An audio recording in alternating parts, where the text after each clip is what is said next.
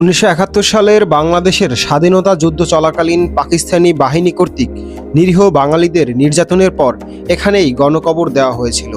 এটি বাংলাদেশের সবচেয়ে বড় বধ্যভূমিগুলোর একটি। বর্তমানে জল্লাদখানা বধ্যভূমিতে একটি স্মৃতিসৌধ ও জাদুঘর স্থাপন করা হয়েছে, যেখানে মহান মুক্তিযুদ্ধের সময়কার নানা নিদর্শন সংরক্ষিত রয়েছে। প্রতিদিন অসংখ্য মানুষ এখানে এসে শহীদদের স্মরণ করেন এবং মুক্তিযুদ্ধ সম্পর্কে জানতে আগ্রহী হয়ে ওঠে।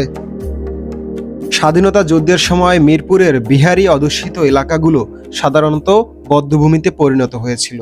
১৯৭১ সালের মহান স্বাধীনতা যুদ্ধের সময় বাঙালিদের পাকিস্তানি হানাদার বাহিনী ও তাদের এদেশীয় দোসর বিহারি রাজাকার আলবদর আল শামস ও তাদের ট্রেনিংপ্রাপ্ত জল্লাদ দিয়ে জবাই করে বড় বড় সেফটি ট্যাঙ্কের ভিতরে ফেলে রাখত।